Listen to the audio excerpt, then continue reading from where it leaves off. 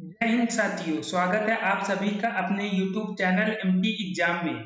आज तारीख है 18 अगस्त और मैं हाजिर हूँ आप सभी के लिए आज की ताज़ा तरीन खबरें लेकर। उससे पहले अगर आप नए हैं तो हमारे चैनल को सब्सक्राइब करें। अगर वीडियो अच्छा लगे तो लाइक, कमेंट, शेयर जरूर करें। चलिए स्टार्ट करते हैं। पहला प्रश्न, अमेरिका में हार्वर्ड यूनिवर्सिटी के प्रतिष्ठित जॉर्ज लेडली पुरस्कार से किसे सम्मानित किया गया है? ऑप्शन नंबर बी, राज शेट्टी को सम्मानित किया गया है। इसके अलावा कुछ इंपॉर्टेंट अवार्ड हैं जो 2023 में दिए गए हैं, तो उसमें जर्मन बुक ट्रेड का शांति पुरस्कार 2023 किसको दिया गया है? सलमान रुश्दी को। और 45वां यूरोपीय निबंध पुरस्कार किसको दिया गया है? तो अरुंधति राय। और इनको इनकी बुक किसके लिए दिया गया है? बुक के लिए दिया गया, जो कि बुक का नाम क्या है? आजादी। तो इसलिए इंपॉर्टेंट बन जाता है। तो आजादी बुक किसकी? अरुंधति राय की है। और पहला कोतपल्ली जयशंकर पुरस्कार 2023 किसको मिला है? तो आचार्य एन गोपी को मिला है। और ओलंपिक ऑर्डर किसको दिया गया है? तो ये टेड्रोस घेब्रेयेसस को दिया गया है। ये राज शेट्टी हैं जिनको हार्वर्ड यूनिवर्सिटी का जॉर्ज लेडली पुरस्कार इनको दिया गया है। हार्वर्ड यूनिवर्सिटी के प्रतिष्ठित जॉर्ज लेडली पुरस्कार को प्रत्येक 2 साल में ये पुरस्कार दिया जाता है। और ये हार्वर्ड यूनिवर्सिटी के सदस्य को ही दिया जाता है। और इसके अलावा जो विज्ञान या मानव जाति के लाभ के लिए सबसे मूल्यवान योगदान देता है उनको ये अवार्ड दिया जाता है। दूसरा प्रश्न, विश्व आर्थिक मंच की रिपोर्ट के अनुसार कौन सा देश शुद्ध शून्य कार्बन उत्सर्जन वाला देश बना है? तो कौन बना है? ऑप्शन नंबर ए, भूटान बना है। तो शुद्ध शून्य कार्बन उत्सर्जन की बात करें तो 2050 तक पहला दक्षिण एशियाई शहर बनेगा। कौन बन जाएगा? तो ये हमारा मुंबई शहर जो है ये पहला दक्षिण एशियाई शहर बनेगा जो क्या होगा? शुद्ध शून्य कार्बन उत्सर्जन को प्राप्त करेगा 2050 तक में। और भारतीय रेलवे 2030 तक में शुद्ध शून्य कार्बन उत्सर्जन प्राप्त कर लेगा। और भारत कब तक का लक्ष्य बनाए है? तो ये शुद्ध शून्य कार्बन उत्सर्जन को 2070 तक में प्राप्त करने का लक्ष्य बनाए हैं। आपको इम्पोर्टेंट फैक्ट ही बहुत अच्छे से पढ़ाने का प्रयास किया जा रहा है, तो इनको आप अच्छे से याद करिएगा। और अगर वीडियो अच्छा लगे तो आप सब्सक्राइब किए बिना मत जाइएगा आगे, ये आपका काम है, सब्सक्राइब करिए जरूर। जलवायु परिवर्तन पर पहला सम्मेलन 1972 में हुआ था। कहाँ पर? तो ये स्टॉकहोम स्वीडन में हुआ था। और जब ये जलवायु परिवर्तन पर पहला सम्मेलन हुआ था तो इसी सम्मेलन में ही गठन किया गया था किसका? संयुक्त राष्ट्र पर्यावरण कार्यक्रम का, जिसका हेडक्वार्टर कहाँ पर है? नैरोबी केन्या में है। और विश्व आर्थिक मंच का हेडक्वार्टर कहाँ पर है? तो कोलोनी स्विट्जरलैंड में है। इसकी स्थापना 24 जनवरी 1971 में हुआ था। और ये इसके संस्थापक कौन थे? तो ये क्लॉस श्वाब थे, जो कि कहाँ के हैं? ये जर्मनी के हैं। और वर्तमान में विश्व आर्थिक मंच के अध्यक्ष कौन है? तो ये है बोर्गे ब्रेंडे, जो कि कहाँ के हैं? तो ये नॉर्वे के हैं। तीसरा प्रश्न, भारतीय नौसेना द्वारा पहली बार बहुराष्ट्रीय अभ्यास जो कि 22वां सी कैट 2023 में भाग लिया गया है। ये अभ्यास कहाँ आयोजित किया गया है? तो ऑप्शन नंबर डी, सिंगापुर में आयोजित किया गया है। सी कैट का फुल फॉर्म क्या होता है? तो ये होता है south east Asia cooperation and training, ये इसका फुल फॉर्म होता है। और इसमें जो सदस्य शामिल होते हैं तो इसमें यूएसए प्लस 20 सदस्य इस अभ्यास में भाग लेते हैं। और भारत की तरफ से आईएनएस पुलिस जहाज ने भाग लिया है। और ये जो सीकैट 2023 है, ये अभ्यास है जो ये किसका अभ्यास होता है? तो ये नेवल यानी कि नौसेना का अभ्यास होता है। तो ये भी बहुत ही इंपॉर्टेंट चीज होती है, पता होना चाहिए, क्योंकि कभी कभी इसी से भी रिलेटेड पूछ सकते हैं। इसके अलावा 13वां बोल्ड कुरुक्षेत्र 2023 अग्नि वॉरियर और सिम्बैक्स अभ्यास, ये तीनों अभ्यास किसके साथ होता है? भारत का। सिंगापुर और भारत के बीच में इसका अभ्यास किया जाता है। बहुत इंपॉर्टेंट चीज बता रहे हैं। तो बोल्ड कुरुक्षेत्र, अग्नि वॉरियर और सिम्बैक्स, ये तीनों अभ्यास किसके बीच होते हैं? सिंगापुर और भारत के बीच होते हैं। इस प्रकार जो south east Asia cooperation and training 2023 अभ्यास कहां पर हुआ है? तो ये सिंगापुर में हुआ है। तो ये चीज याद रखिएगा। हमने आपको ये भी बता दिया है कि भारत और सिंगापुर के बीच कौन कौन अभ्यास होते हैं, तो वो भी आप अच्छे से याद करिएगा। इंपॉर्टेंट अभ्यास की बात कर लेते हैं। तो ये जितने भी अभ्यास बता रहे हैं, ये सब अभी हाल ही में 2023 में अभ्यास हुए हैं। तो ये काफी इंपॉर्टेंट अभ्यास बन जाते हैं। जायद तलवार अभ्यास, ये तो बिल्कुल अभी हाल ही में हुआ है। कहां पर? पोर्ट रशीद, दुबई में हुआ है, संयुक्त अरब अमीरात के। और पहली बार मालाबार नौसैनिक अभ्यास 2023 की मेजबानी किसने की है? तो ऑस्ट्रेलिया द्वारा किया गया है। और 9वीं मालाबार नदी महोत्सव, ये कहां पर हुआ है? तो केरल में हुआ है। जब भी मालाबार की बात करते हैं, हम नदी महोत्सव की जरूर बात कर लेते हैं। तो आप अगर हमारा वीडियो देख रहे हैं तो 100% अभी तक में आपको याद हो चुका होगा। इसके अलावा टैलिस्मैन सैब्रे अभ्यास 2023 ऑस्ट्रेलिया में हुआ है। और इनिकोस अभ्यास 2023 कहाँ हुआ है? ग्रीस में। और पहला साइक्लोन फर्स्ट अभ्यास 2023, इसका आयोजन कहाँ पर किया गया है? तो ये जैसलमेर राजस्थान में किया गया है। एक और आप समझ लीजिए कि ये जो अभ्यास है, पहला साइक्लोन फर्स्ट अभ्यास, ये बहुत ही इंपॉर्टेंट है।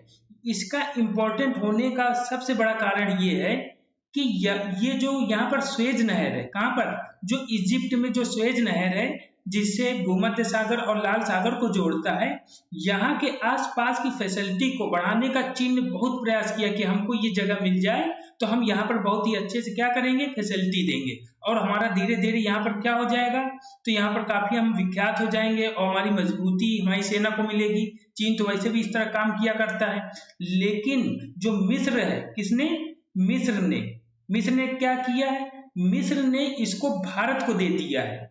जिससे क्या होगा कि जिसे अब यहाँ पर स्वेज नहर के आसपास पूरी फैसिलिटी जो है ये किसके द्वारा दी जाएगी? वो भारत के द्वारा दी जाएगी। और आर्थिक इकोनॉमिक के दौर पर देखा जाए तो ये बहुत ही इंपॉर्टेंट स्थान पड़ता है। तो इसका फायदा मिस्र को भी मिलेगा और भारत को भी मिलेगा। तो इस तरह से मिस्र और भारत के बीच राजनीतिक जो संबंध है बहुत अच्छे बने जा रहे हैं, इसलिए इंपॉर्टेंट है। पहला साइक्लोन फर्स्ट अभ्यास 2023 जैसलमेर राजस्थान के में हुआ है। और किसके किसके बीच होता है? तो ये मिस्र और भारत के बीच होता है। तो इसलिए इस तरह के क्वेश्चन बहुत ही इंपॉर्टेंट होते हैं। इसको आप अच्छे से ध्यान से पढ़ लीजिएगा।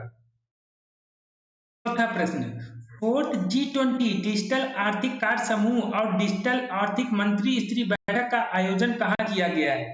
तो ये कहां पर किया गया है? ऑप्शन नंबर सी, बेंगलुरु में किया गया है। 2023 के सम्मेलन की अध्यक्षता नरेंद्र मोदी जी द्वारा किया गया है। लोगो क्या है इसका? खिलता हुआ फूल। और थीम है वसुधैव कुटुंबकम, one earth one family one future. इस पर भी चीन ने आपत्ति जताई थी। क्यों? क्योंकि इसलिए जताई थी क्योंकि संस्कृत जो शब्द है ये यूएन में क्या है? नहीं, ये लैंग्वेज नहीं है। इसलिए चीन ने आपत्ति जताई थी। तब भी भारत ने किसका जवाब देते हुए कहा कि ये हमने इसका इंग्लिश वर्जन भी बनाया है। तो इस तरह से ये चीन आपत्ति जताता रहता है भारत के विरुद्ध। 20वां जो सम्मेलन होगा G20 का, ये कहां पर होगा? इसकी मेजबानी अध्यक्षता कौन करेगा? तो साउथ अफ्रीका द्वारा 2025 में किया जाएगा।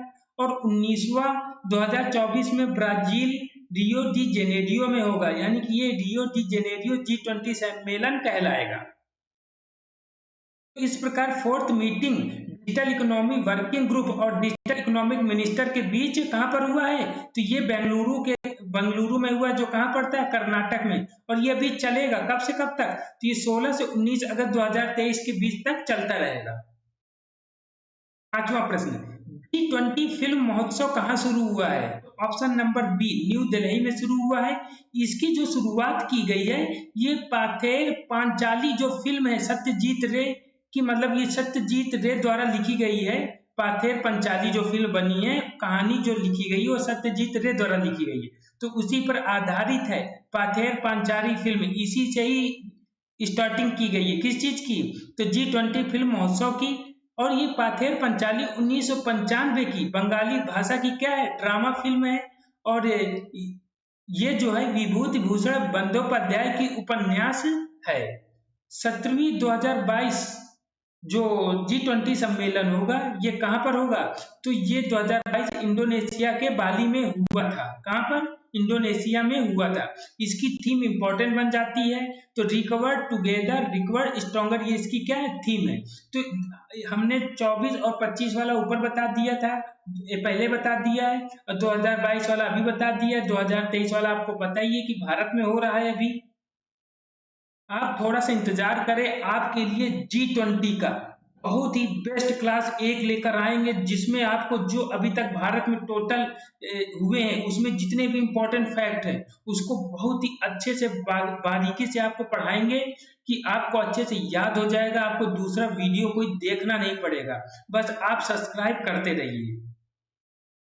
और ये जो G20 फिल्म फेस्टिवल है ये कब से, 16 अगस्त से स्टार्ट हुआ है और 3 सितंबर 2023 तक ये चलता रहेगा। कहाँ पर, CD देशमुख ऑडिटोरियम में ये अभी ये चल रहा है। छठा प्रश्न, भारत सरकार द्वारा LIC का प्रबंध निदेशक के रूप में नियुक्त किया गया है, तो किसको नियुक्त किया गया है, तो सतपाल थानू और R दुरई स्वामी को नियुक्त किया गया है। ऑप्शन नंबर डी, यानी ये दोनों सही होंगे। LIC के जो प्रबंध निदेशक हैं ये टोटल कितने होते हैं, 4 होते हैं, जिसमें से 2 अभी नियुक्त किए गए हैं।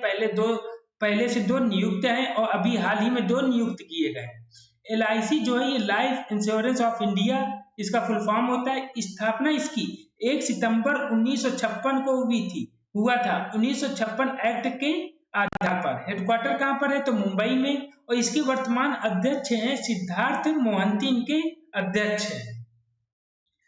कुछ इंपॉर्टेंट नियुक्तियों की बात करते हैं, तो NGT के अध्यक्ष जो हैं ये कौन है, आदर्श कुमार गोयल है। ये बहुत ही पहले नियुक्त हो चुके हैं, ये अभी हाल ही का नियुक्ति नहीं है, मगर इंपॉर्टेंट है इसलिए हमने इसको आपके लिए स्पेशल रूप से ले लिया है। इसके अलावा NCERT द्वारा पाठ्य पुस्तक संशोधन हेतु अध्यक्ष कौन नियुक्त किए गए हैं, तो महेश चंद्र पंत नियुक्त किए गए हैं, जो संशोधन किया जाएगा NCERT पाठ्य पुस्तक में, तो उसके अध्यक्ष ये अभी हाल ही का करंट है।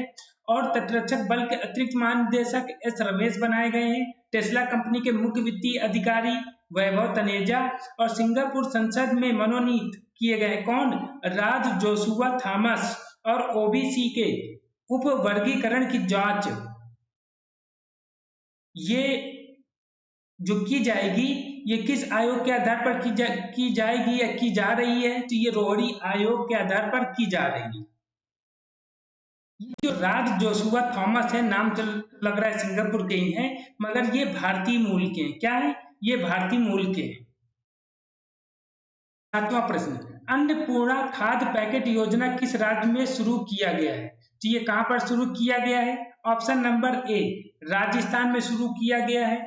ये जो अन्नपूर्णा खाद्य पैकेट योजना है इसके तहत कितने 1.04 करोड़ से अधिक परिवारों में मुफ्त भोजन पैकेट दिए जाएंगे। इसके अलावा राजस्थान से कुछ इंपॉर्टेंट योजनाओं की बात करते हैं, तो इंदिरा गांधी स्मार्टफोन योजना भी हाल ही में आई है। इसके अलावा महिला निधि योजना, आंचल अभियान और चिरंजीवी स्वास्थ्य बीमा योजना, ये सब कहाँ की है, तो ये राजस्थान की है।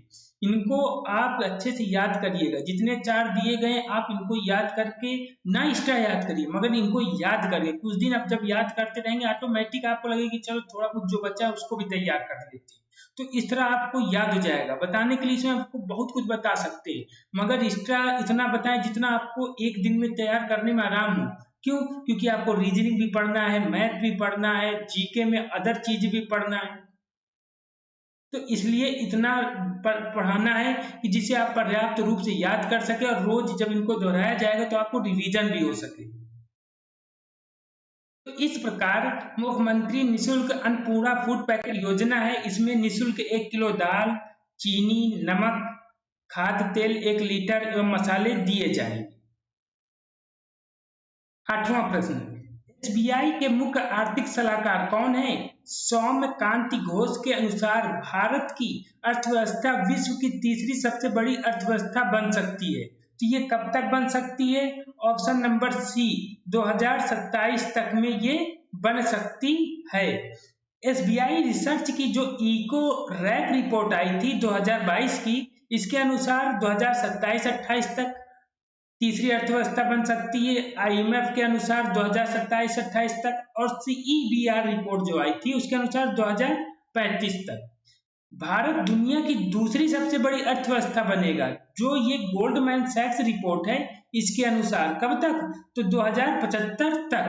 तो इस प्रकार जो इको रैप रिपोर्ट है ये किसकी है? एसबीआई की है। और जो एसबीआई के ही मुख्य आर्थिक सलाहकार जो है, इन्होंने अपनी अलग से सौम्यकांति घोष है, इन्होंने अपने खुद से ही विश्व की तीसरी सबसे बड़ी अर्थव्यवस्था बनने के लिए बताया है। कब तक? 2027 तक। इसके अलावा बात करते हैं तो वर्तमान में अर्थव्यवस्था में सबसे बड़ी अर्थव्यवस्था किसकी है? तो यूएसए की है। दूसरे नंबर पे कौन किसकी है? तो ये चीन की है। तीसरे नंबर पे किसकी है? तो ये जापान की है। और चौथे नंबर पे किसकी है? तो जर्मनी की है। और पांचवें नंबर पे किसकी है?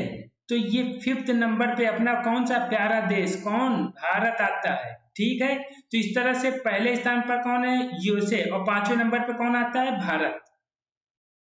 नवीन और नवीकरणीय ऊर्जा मंत्री कौन है? राजकुमार सिंह के अनुसार भारत पवन ऊर्जा क्षमता में किस स्थान पर पहुंच गया है? तो ये किस स्थान पर पहुंच गया है? ऑप्शन नंबर डी, चौथे स्थान पर पहुंच गया है। पहले स्थान पर कौन है? चीन है। दूसरे स्थान पर अमेरिका है। और तीसरे स्थान पर कौन है? जर्मनी है। इसके अलावा बात करते हैं कि भारत को ऊर्जा स्वतंत्र देश बनाने का लक्ष्य कब तक है? तो ये 2047 तक है। और 500 गीगावाट अक्षय ऊर्जा कब तक बनाने का लक्ष्य है? 2030 तक। और 280 गीगावाट सौर ऊर्जा बनाने का लक्ष्य कब तक है? तो ये 2030 तक। ये दो चीजें जो लक्ष्य हैं ये किसके हैं? ये भारत के लक्ष्य हैं, जो 2030 तक कंप्लीट करना है। और 2047 तक ऊर्जा स्वतंत्र बनना है। 10वां प्रश्न बहुत ही इंपॉर्टेंट प्रश्न है। इस तरह का प्रश्न 100% किसी न किसी एग्जाम में आना तय है, क्योंकि किस्मों से भी रिलेटेड क्वेश्चन बहुत आते हैं। CSIR व राष्ट्रीय वनस्पति अनुसंधान संस्थान द्वारा कमल की एक नई किस्म लॉन्च की गई है। तो ये जो नई किस्म लॉन्च की गई है ये क्या है? तो ऑप्शन नंबर बी, नमो 108। ये क्या है? कमल। किसकी? कमल जो फूल है उसकी क्या एक नई किस्म है। इसके अलावा भी कुछ और भी जो किस्में हैं इससे कुछ समय पहले लॉन्च की गई हैं, जिसमें PBWRS1 किसकी है? गेहूं की है। HD 3385 किसकी है? तो ये भी गेहूं की है। और निहार जो किस्म है ये किसकी है? एलोवेरा की है। इसके अलावा जो 2023 है इसको क्या घोषित किया गया? अंतरराष्ट्रीय पोषक अनाज वर्ष। और इसके अलावा 2023 में जो भारत द्वारा 8 मोटे अनाज दिए गए थे तो उनको भी क्या कर लिया गया? शामिल कर लिया गया है। और जो भारत में दिए थे इसमें 76 देशों ने भारत का क्या किया था? साथ दिया है, जिसके अनुसार बाजरा, रागी, ज्वार, कुटकी, सवा, कंगनी, चेना और कोदो, इनको क्या किया गया है? शामिल किया गया है। इस प्रकार NBRI और किसने? CSIR द्वारा कमल की एक नई किस्म बनाई गई है। वो किस्म क्या है? वो नमो 108 है। क्या है? नमो 108 ये किस्म है। इसी तरह हमारा प्रयास रहेगा आपको करंट का बहुत अच्छा से अच्छा कंटेंट प्रदान करते रहें। करंट का PDF आप पाने के लिए हमारे टेलीग्राम को ज्वाइन करें, जिसमें आपको रोज की नई नई न्यूज़ें आपको अपडेट मिलती रहेंगी। आज के